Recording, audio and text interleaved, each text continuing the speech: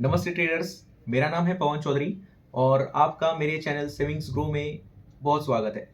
ठीक है, आज हम बात करेंगे कि क्या कंसिस्टेंटली रिटर्न पाने के लिए, क्या एक सक्सेसफुल ट्रेडर बनने के लिए कॉपी करने की ज़रूरत है? Copy cat? हाँ, सोचो, क्या सच में हमको अगर सक्सेसफुल ट्रेडर बनना है, अगर हमको मार्केट से कंसिस्टेंटली पैसा कमाना है, तो क्या हमको कॉपी करने की ज़रूरत है? क्या हमारा इनोवेटिव माइंड यहाँ पे कुछ काम नहीं करेगा? हम इस चीज़ को अभी बहुत अच्छे से समझते हैं कि क्यों ये एक्चुअल में सही बात है कि हमको अपना दिमाग ज़्यादा चलाना नहीं है। ऐसा कि फॉर एग्जांपल अपने को कुछ इनोवेटिव नहीं करना है, हमको बस कॉपी करना है। ठीक है, हमको एक्चुअल में कॉपी करना है।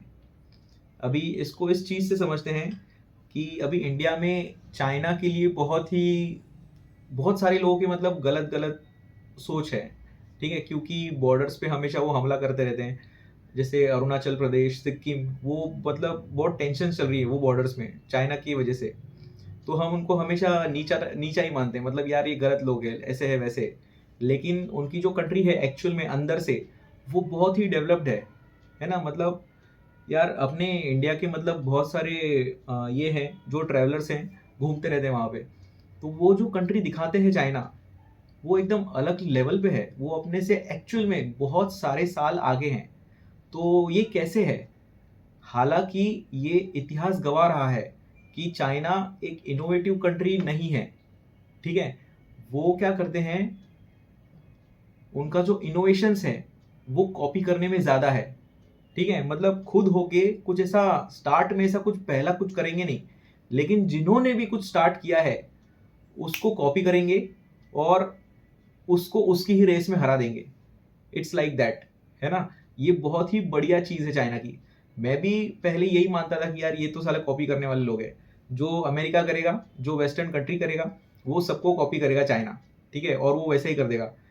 हालांकि ये भी है कि यूएसए कभी अगर बॉम्ब फेंकता है, जो मलबा रहता है अभी, जो एकदम फाइटर जेट्स होते हैं, जो यूएसए के बहुत अच्छे अच्छे न्यू टेक्नोलॉजी पे डिपेंडेंट होते हैं, तो ये सब सिनारियो इतना खतरनाक होता है कि अगर समझो कभी अगर फाइटर जेट क्रैश हो जाता है ना। नहीं तो फॉर एग्जांपल अगर ड्रोन भी बना लिया, कुछ भी अगर ऐसा चीज बना लिया जो दुनिया में कहीं अवेलेबल नहीं है और अगर यूएसए ने बनाया है, तो अगर वो क्रैश हो जाता है, तो ये यूएसए की सबसे बड़ी रिस्पॉन्सिबिलिटी होती है और एक कर्तव्य होता है और एक काम होता है कि वो जो मलबा है उसको जल्दी से जल्दी उठा लिया जाए।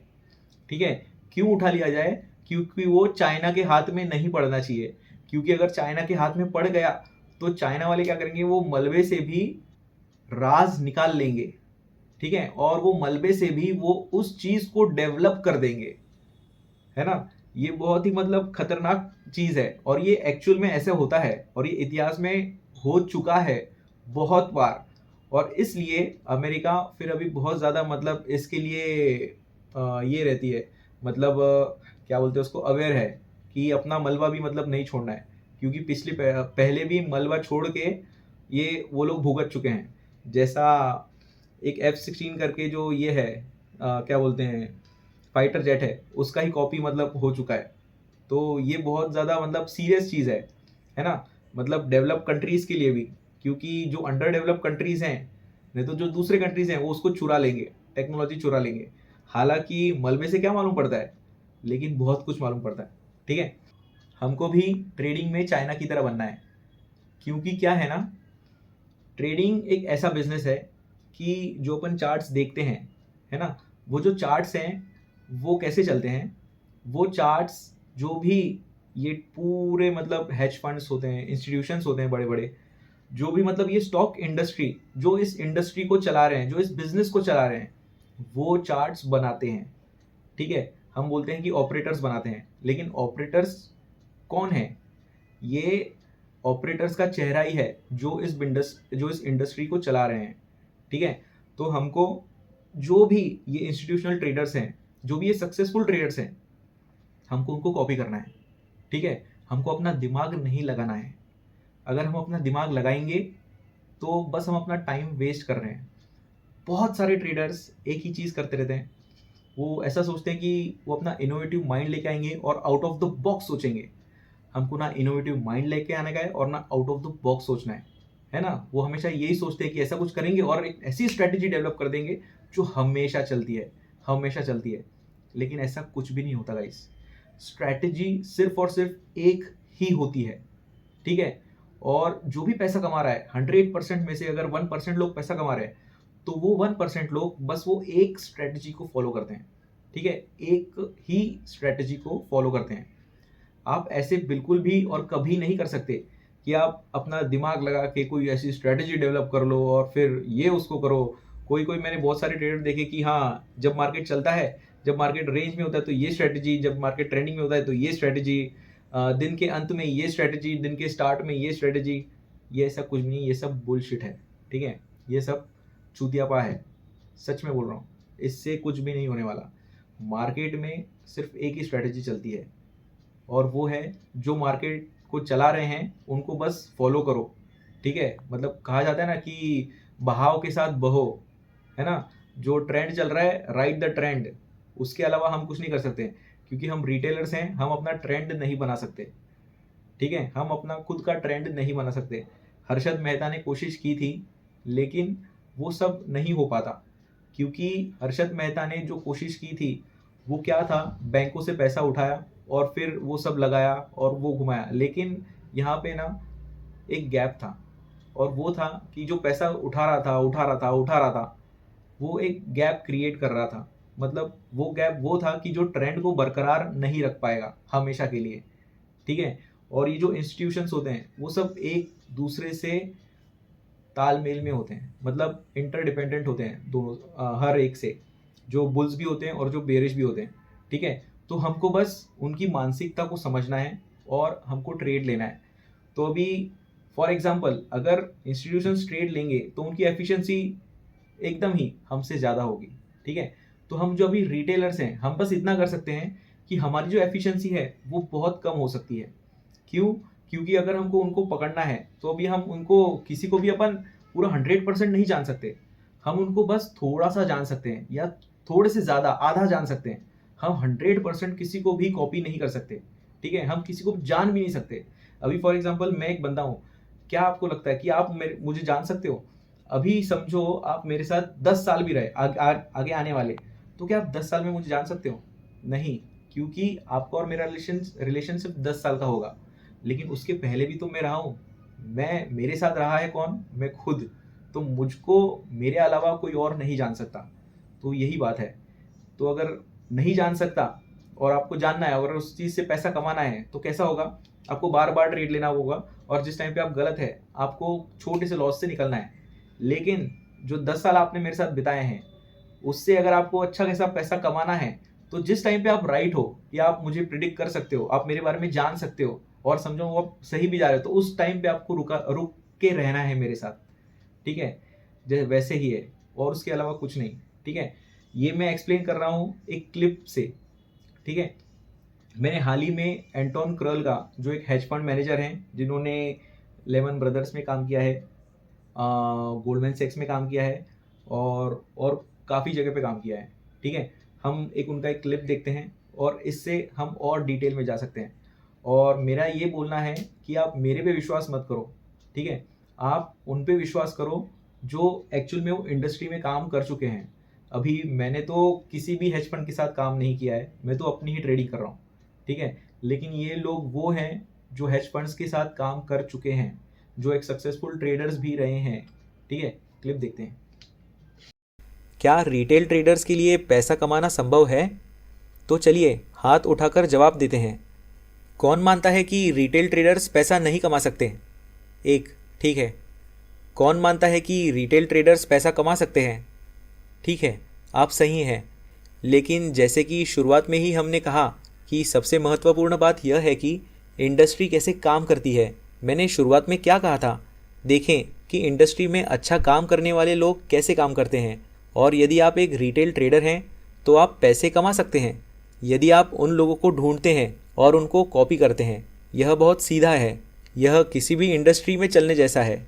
उन खिलाड़ियों को ढूंढें जो जीतते हैं और वह करें जो वे करते हैं। Find the players who win and do what they do. तो गाइस, मैंने ये वीडियो डाला था, देखो ये 10 मिनट का कुछ तो वीडियो है, इसको देखो, ठीक है। यही वीडियो का छोटा सा क्लिप मैंने यूज़ किया है, और ये जो पूरा वीडियो है ये 2 घंटे का कुछ तो वीडियो है एंटोन क्रल का, वो भी अवेलेबल है नीचे ही कहीं, ये देखो ये वाला है, ठीक है। और ये समझने के लिए आपको ये वाला वीडियो देखना ज़रूरी है, ठीक है। यहाँ पे मैंने चार्ट्स में जाके मतलब बहुत अच्छे से एक्सप्लेन किया हुआ है, ठीक है, कि कैसे मतलब अपने को समझ में आता है कि ट्रैप्स कहाँ पे हैं, हम इंस्टीट्यूशंस के साथ मतलब कैसे ट्रेड कर सकते हैं, ठीक है। इंस्टीट्यूशंस के साथ ट्रेड करना एक यही रास्ता क्यों है। देखो ट्रेडर्स, जिस टाइम पे ये कोरोना मूव आई थी, ठीक है, मैंने ये चीज़ वो वीडियो में भी एक्सप्लेन की, लेकिन डिटेल में नहीं, मैंने सिर्फ बताया। तो आज अभी डिटेल में एक्सप्लेन करते हैं, देखते हैं इस चीज़ को। तो अभी देखो गाइस, ये कोरोना की मूव थी, ठीक है। अभी जिस टाइम पे ये जो मूव यहाँ से नीचे गिरी थी मार्केट, ठीक है, ये जो नीचे मूव आई थी, वो भी देखो, वो शुरुआत एक ट्रैप से हुई थी। देखो ये प्रॉपर ऐसा लगता है कि यहाँ से ब्रेकआउट हुआ है, ये फर्स्ट सेकंड और ये ब्रेकआउट हुआ है, लेकिन ये छोटा सा जो दिख रहा है ना, ये ब्रेकआउट नहीं है, ये ट्रैप हुआ है ऊपर, और ये यहाँ से धड़ धड़ धड़ नीचे आई।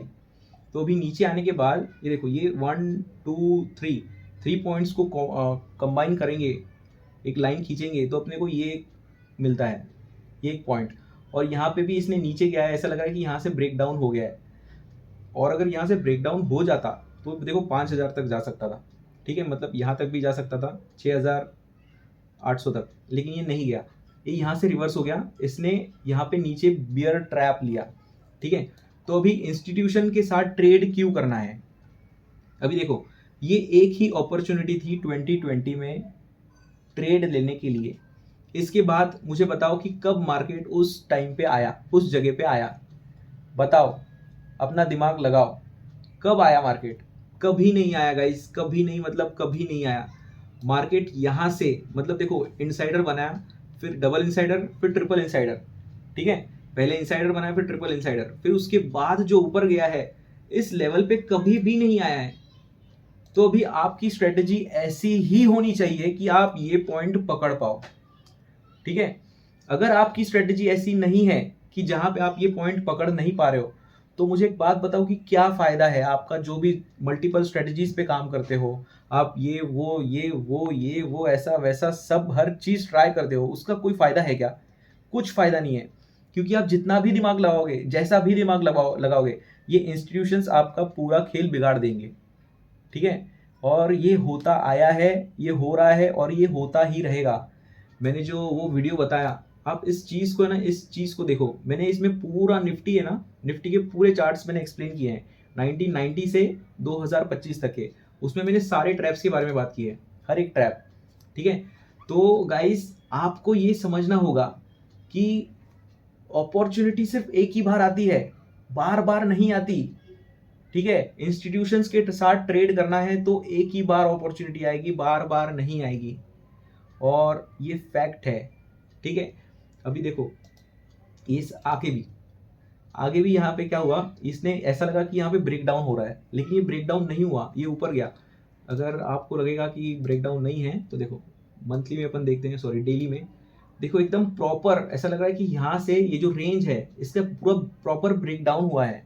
उसके बाद रिटेस्ट जो है वापस नीचे आया है ना, ये फेक ब्रेक डाउन है, फेक ब्रेक डाउन, बाद में ये ऊपर गया है, ठीक है। ये चीज़ आपको समझना पड़ेगा ट्रेडिंग में, और यही एक चीज़ है कि आप इंस्टीट्यूशंस के साथ कर सकते हो। अगर आपने ये नहीं सीखा, ये आपको अगर पकड़ में नहीं आया, तो आप ट्रेडर नहीं बन सकते, ठीक है। क्योंकि ये जो चार्ट्स बना रहे हैं, ये इंस्टीट्यूशंस बना रहे हैं, है ना, ये आकाएं बना रहे हैं, बड़े बड़े लोग बना रहे हैं। आपको वो मालूम है ना कि एक कंपनी है जो पूरी दुनिया चलाती है ना, जो वो चाहती है वही होता है ना। अपने को ऐसा लगता है कि मैं अपने मन का राजा हूँ, लेकिन नहीं, वो चलाती है और अपन चलते हैं, ठीक है। ये एक्चुअल में है, ऐसा नहीं कि पूरा 100%, लेकिन वो क्या करते हैं, वो एक डायरेक्शन दे देते हैं अपने को, और वो डायरेक्शन में फिर अपने को ऐसा लगता है कि नहीं, मैं तो अपने हिसाब से चल रहा हूँ, लेकिन जो डायरेक्शन में अपन जो निकल गए ना, वो डायरेक्शन उनकी दिखाई हुई है, ठीक है। डायरेक्शन उनकी है, फिर वो डायरेक्शन में चलने के टाइम पे अपन इधर उधर किधर भी जा सकते हैं, अपने को ऐसा लगता है कि अपन कर रहे हैं, लेकिन डायरेक्शन उनकी है, ये बात याद रखो। तो इंस्टीट्यूशंस को कैसे ढूंढें, ठीक है। हम इंस्टीट्यूशंस को ढूंढना मतलब ये एक सेलिब्रिटी टाइप है। अभी फॉर एग्जांपल इंस्टीट्यूशनल ट्रेडर जो हेज फंड मैनेजर्स हैं, जो सक्सेसफुल ट्रेडर्स हैं, उनको कैसे ढूंढें, ठीक है। मैं भी हूँ, लेकिन मैं इतना सक्सेसफुल नहीं हूँ। अभी कुछ 3-4 साल से ही मैं अच्छे से कर रहा हूँ, लेकिन मैंने कुछ इतना बड़ा बनाया नहीं है, और ना ही मैंने इतने बड़े लोग से मिला हूँ, और ना ही मैंने कुछ ज़्यादा उखाड़ा है, ठीक है।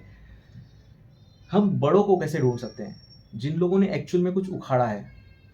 आप जो भी हेज फंड्स मैनेजर हैं, जो भी हेज फंड चल रहे हैं, उनके अंडर जो जो काम करते हैं, ये आप ढूंढ सकते हो नेट से, ठीक है। आप नाम ढूंढ सकते हो, आप उनको डायरेक्टली कांटेक्ट करने का प्रयास कर सकते हो।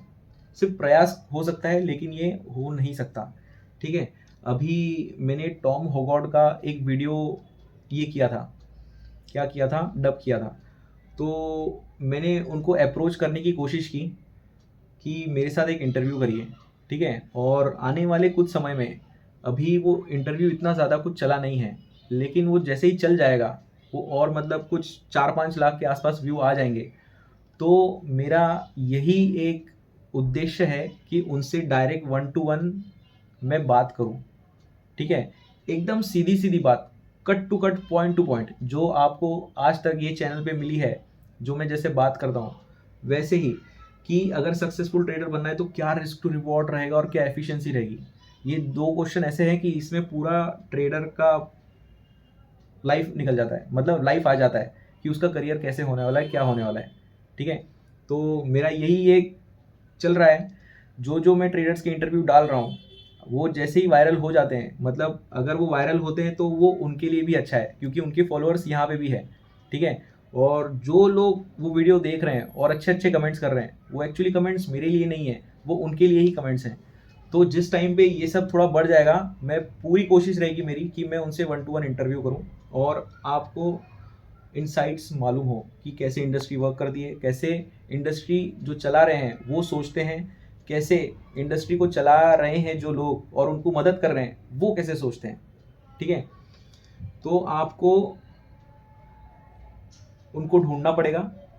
ढूंढने के लिए, अगर समझो आपको फॉर एग्जांपल एक एक्स आदमी का नाम मिल गया, फॉर एग्जांपल मार्क डगलस ले लो, Mark Douglas, Anton Kreil, Tom Hougaard, और बहुत सारे, ठीक है। ये 3 नाम ले लो। अगर आपको ये 3 नाम मालूम पड़ गए, तो आपको क्या करना है, आपको उनके इंटरव्यूज़ देखने हैं, ठीक है। आपको उनके लिखे गए बुक्स पढ़नी है, आपको उनके आर्टिकल्स देखने हैं, ठीक है। जितना आप रिसर्च कर सकते हो आपको रिसर्च करनी है, ठीक है। जो भी कर सकते हो उनके बारे में, जो डेटा मिले, जैसा मिले, आपको बस ले लेना है। आप जब भी 10 पन्ना पढ़ोगे, है ना, 10 नहीं, सॉरी, 100 पन्ना पढ़ोगे, 100 पैराग्राफ पढ़ोगे, 100 वीडियोस देखोगे, उसके बाद आपको एक काम की चीज़ मिलेगी, ठीक है। मैं एकदम कसम खा के बोलता हूँ, रिस्क रिवॉर्ड मुझे कितना रखना चाहिए ट्रेडिंग में जिससे मैं सक्सेसफुल रहूँगा, ये मुझे समझ में आया बहुत सारा टाइम देके, बहुत सारा। मैं बोलता हूँ कि single digit risk, double digit reward, मतलब 1:10, 20, 30, 40, 50, 60, 70। मैं आज भी, कोई मुझे अगर कॉल करता है यूट्यूब से, नहीं तो कहीं से भी, तो वो हैरान हो जाते हैं कि सर ये ऐसा हो भी सकता है क्या, आप क्या बोल रहे हो। ये सच है, और यही सच प्रोफेशनल्स जानते हैं और वो इसको फॉलो करते हैं। बस ये हमारे पास आता भी है तो हमको यकीन नहीं होता। दूसरी बात, एफिशिएंसी। उनकी एफिशिएंसी एक्चुअल में लेस देन 20% है गाइस। हमको ऐसा लगता है कि अपन 40-50% बार राइट हो, लेकिन उनकी एफिशिएंसी बहुत ज़्यादा कम है, ठीक है, बहुत ज़्यादा, इतनी एफिशिएंसी नहीं है। और यही बात है कि एकदम छोटी से रिस्क से वो बड़ा बड़ा पैसा कैसे कमाते हैं। और तीसरी बात, कि जब भी वो प्रॉफिटेबल होते हैं, मतलब राइट होते हैं, मतलब उनको मालूम है कि अपन 10 में से 1 या 2 बार ही राइट होने वाले हैं, तो जिस बार भी वो राइट होते हैं वो उसको पिरामिडिंग करते हैं, ठीक है। तो ये बात बहुत इंपॉर्टेंट है एक ट्रेडिंग के लिए, और एक नॉर्मल रिटेल ट्रेडर के लिए पिरामिडिंग करना मतलब ये बहुत डिफिकल्ट चीज़ है। क्यों? क्योंकि मल्टीपल कैपिटल्स रखते हैं। अगर आप 5 लाख का कैपिटल अगर आपने रखा है, तो आपको अगर नेक्स्ट पिरामिडिंग करना है तो आपको 5 लाख लगेगा ही, ठीक है। छोटे से कर सकते हो, लेकिन सही सही आपको 5 लाख चाहिए ही चाहिए। तो इसके लिए ये जो चीज़ें हैं ये बहुत ज़्यादा डिफिकल्ट हो जाती है, ठीक है। तो आपको ढूंढना है, उनका जो भी मटेरियल है उसको देखना है, पढ़ना है, समझना है और उसको क्रैक करना है।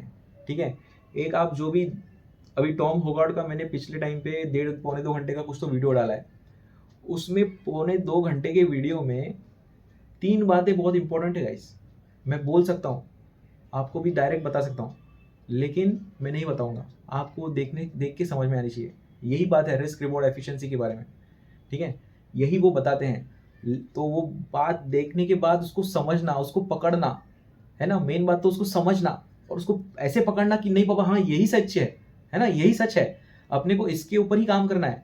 ये अपने को मतलब ये अपना फिक्स करना, दिमाग को अपना साइकोलॉजी फिक्स करना कि हाँ बाबा ये जो अपने सीखा अभी देखा यही तो सच है जो अपन ढूंढ रहे हैं, इसके अलावा सब झूठ है ना। ये मानना, ये एक्सेप्ट करना, ये बहुत डिफिकल्ट है गाइस, है ना, ये बहुत डिफिकल्ट है। मुझे भी अगर कोई स्टार्टिंग में बोलता, मैं ट्रेडिंग में जब भी आया था 1:50 60 70 पकड़ो, 80 पकड़ो, 90 पकड़ो, मैं बोलता क्या फालतू आदमी है ना, मैं गाली देता, एक्चुअल में मैं गाली देता। लेकिन बात है, ठीक है, अगर मुझे कोई बोलता कि तुम्हारी एफिशिएंसी लेस देन 20% रहेगी, लेस देन 10% रहेगी कभी कभी, मैं गाली देता। मतलब क्या फालतू आदमी है। मैं कुछ तो ऐसा डेवलप करूंगा, आउट ऑफ द बॉक्स सोचूंगा, मैं कुछ ऐसा चीज़ करूंगा ना कि मैं कुछ करके दिखाऊंगा। मैं हमेशा ऐसे ही सोचता था, लेकिन ये नहीं हो सकता। अपन कितना भी झक मार ले, कितना भी कुछ भी कर ले, ठीक है, क्योंकि ये जो चला रहे हैं, वो चला रहे कौन चला रहे हैं? ये इंस्टीट्यूशंस चला रहे हैं, ये बड़े बड़े लोग चला रहे हैं। अभी फॉर एग्जांपल ना, एक चाइना का एक पॉलिटिकल एग्जांपल देता हूँ। चाइना में जैकमा, ठीक है, जैकमा को बीच में गायब कर दिया था। क्यों? क्योंकि उन्होंने गवर्नमेंट के अगेंस्ट में कुछ बोल दिया था। ठीक है, तो यहाँ पे समझो जैकमा रिटेलर है और जो गवर्नमेंट है वो प्रोफेशनल्स हैं। ठीक है, रिटेलर अगर अपना कुछ भी करे आउट ऑफ द बॉक्स तो ये नहीं होने वाला। ठीक है, बाद में जैकमा को झक मार के सॉरी बोलना पड़ा, मानना पड़ा कि नहीं बाबा तू बड़े बाप का है ना। ये एक्चुअल में है। यहाँ पे ट्रेंड सेटर कौन थे? Chinese government. ठीक है, उन्होंने जो चाहा वैसा ही चलता आ रहा था और जो चाहा वैसा उस जैकमा से करवा के भी लिया। तो ये भी वैसा ही सिनेरियो गाइस। अगर आप रिटेलर उठ के बीच में करोगे, नहीं मैं कुछ तो करूंगा, मैं सारा कुछ तो करूंगा, मैं कुछ तो एकदम अलग ढूंढ के दिखाऊंगा, मैं अपना हिसाब से करूंगा, मतलब ऐसा कुछ तो करूंगा कि हर समय पैसा बनाऊंगा, ये नहीं होने वाला। ठीक है, इस बात को अच्छे से समझ लो। आप अपना कोई भी स्ट्रेटजी, अगर समझो आपने स्टडीज में गए, ये यहाँ पे मतलब बहुत सारे, हजारों नहीं बहुत सारे, देखो जिस टाइम पे मैं जीरोधा यूज़ करना शुरू किया था उस टाइम पे इतना बड़ा नहीं था, और ये आज के टाइम पे जितना है ना, आने वाले 1 साल के बाद इससे और बढ़ जाएंगे। ठीक है, क्योंकि बहुत सारे इंडिकेटर्स हैं। मैंने ही मतलब आज से 7-8 साल पहले 100 के आसपास, 150-200 आसपास, मतलब मैंने नोट्स निकाले थे।